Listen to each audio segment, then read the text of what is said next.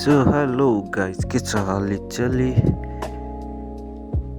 म फेरि अर्कोले भिडियो लिएर आइसकेँ।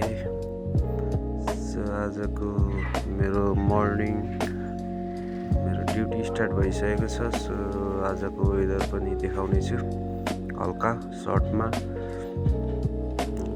चिसो छ है, आजको वेदर जाडै छ।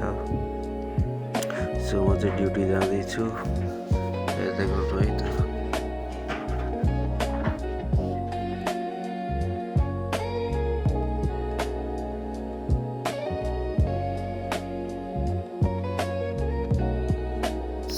सो आजको मेरो ड्युटी चाहिँ यो चलाउनु पर्ने रहेको छ है।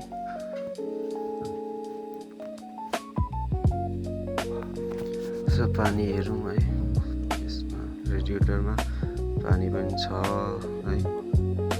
पानी र आइल चाहिँ चेक गर्नुपर्छ है डेली। आइल पनि कालो कालो भइसक्यो, चेन्ज गर्ने बेला भइसकेको छ। सो अरू ठिकै छ, एकदम गुड छ है त। भन्दा गरिदिउँ, त्यस पछाडि लक गर्नुपर्छ है। यो लक भयो, अब स्टार्ट गर्न जाउँ। झन्डै 1 महिना जति भयो होला यो चलाएकै छैन है। स्टार्ट पनि हुन्छ कि हुँदैन थाहा छैन। So let's see. सो यहाँ एउटा यो चाहिँ ब्याट्रीको अन अफ हुन्छ है, यो चाहिँ बन्द गर्नुपर्छ। बुकलेन एक्सकाभेटर बन्द गरेपछि त्यो पनि अफ गर्नुपर्छ है। मैले त्यो अन गरेँ। त्यस पछाडि भित्र अब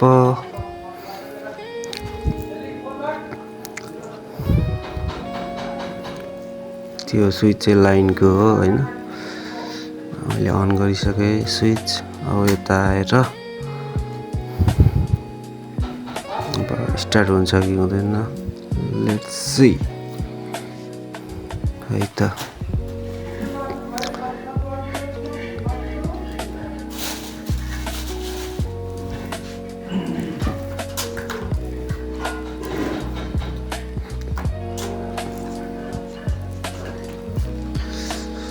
सो चाबी है, अब स्टार्ट हुन्छ कि नै।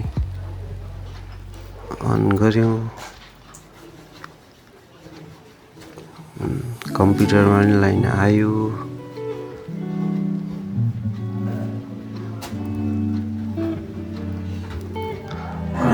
यहाँ चाहिँ मैले सुरुमा गर्दा पनि भएन, सेकेन्ड टाइम गर्दा पनि भएन, लास्ट टाइम थर्ड टाइम गर्दाखेरि मात्रै स्टार्ट भएको थियो है।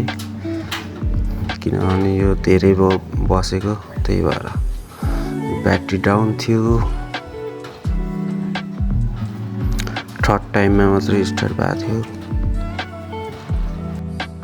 सो फाइनली स्टार्ट भएको थियो है त। स्टार्ट भएको थियो फाइनली है।